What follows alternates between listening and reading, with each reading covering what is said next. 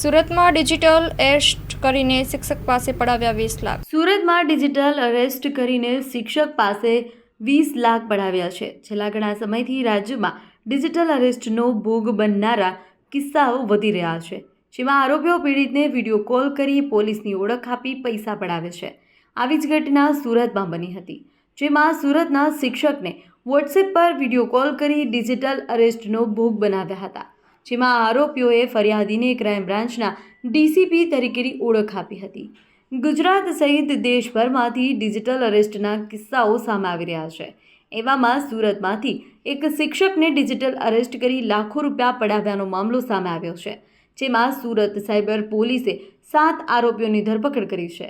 Surat cyber crime cell police સ્ટેશનમાં નોંધાયેલા ₹20 લાખના ડિજિટલ અરેસ્ટના મામલે સુરત સાયબર પોલીસે વધુ 7 આરોપીઓને જામનગર ખાતેથી ઝડપી પાડ્યો છે.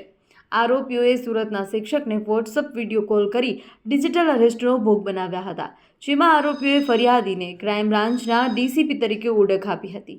પોલીસની ખોટી આડોખ આપી શિક્ષકને કહ્યું હતું કે તમારું વિદેશનું પાર્સલ આવ્યું છે, જેમાં 5 પાસપોર્ટ, 3 એટીએમ કાર્ડ અને ડ્રગ્સ મળી આવ્યું છે, તેમ કહી ડિજિટલ અરેસ્ટના નામે ડરાવી ₹20 લાખ પડાવી લીધા હતા. આ રકમ પૈકી 10.34 લાખ રકમ 2 આ ટોળકીના સાગરિકોના ખાતામાં આવી હતી. પકડાયેલામાં ટ્રાન્સપોર્ટર, મોબાઈલનો વેપારી, કોલેજ વિદ્યાર્થી અને ચાની લારીવાળા સહિતના આરોપીઓ છે. અહેવાલમાં news Sunil Ganjawala, Surat. Police commissioner sir Surat શહેરનાઓની સૂચના અનુસાર સાયબર ક્રાઇમ સેલ દ્વારા સુરત શહેરમાં બનતા વિવિધ સાયબર ક્રાઇમના ગુનાઓ હેઠળ એફઆઈઆર રજીસ્ટર કરીને કાયદેસરની કાર્યવાહી કરવામાં આવે છે.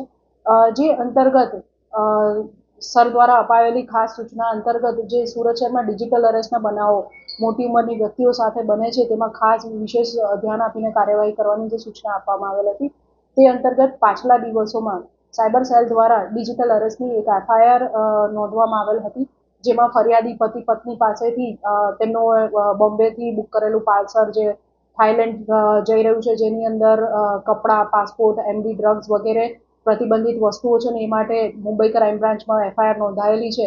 એવું અલગ માણસો દ્વારા, સાયબર ક્રિમિનલ્સ દ્વારા પોલીસ બનીને, બ્લુ ડાર્ટ કંપનીના પ્રતિનિધિ બનીને કપલને કોલ કરવામાં આવેલો હતો અને તેમની પાસેથી તેમને પોલીસ કાર્યવાહીથી બચાવવા માટેની ઇન્ટ્રોગેશનના બહાને અને સમાજમાં તેમની ઇજ્જત ન જાય એમ સમજાવીને ₹20,50,000 જેટલી મોટી રકમ ટ્રાન્સફર કરાવવામાં આવી હતી.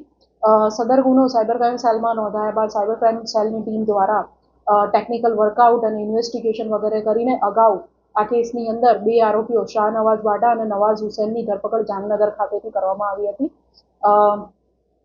ત્યારબાદ આ કેસમાં વધુ આગળ વધતા સાયબર ક્રાઇમ સેલની ટીમ દ્વારા જામનગરની અંદર થોડો ટાઈમ કેમ્પ કરીને અને ઇન્વેસ્ટિગેશન કરીને લગભગ 6 જેટલા આરોપીઓની ધરપકડ આજરોજ કરવામાં આવેલ છે, જેમાં નૂર મોહમ્મદ રાજકોટિયા, સુલતાન અલુલા, એઝાઝ દરવેશ અને યશપાલ ચૌહાણ, રાજદીપ ચુડાસમા અને સત્યપાલસિંહ એમ કુલ 7 આરોપીઓની આજરોજ આ કેસમાં ધરપકડ કરવામાં આવેલ છે.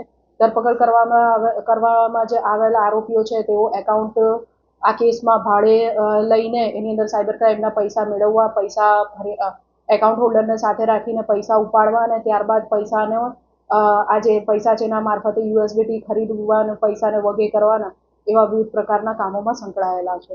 અને સાથે સાથે આ જે આરોપીઓ છે એ પ્રાઇમરી ઇન્વેસ્ટિગેશન જે થયું તે પ્રમાણે તેઓ એકાઉન્ટને જામનગરના વિવિધ વિસ્તારોમાંથી એકાઉન્ટ ભાડે લેવાની પ્રવૃત્તિ કરે છે. હાલ તેઓના રિમાન્ડ મેળવવામાં આવેલ છે અને વધુ તપાસ આ કેસમાં ચાલુ છે.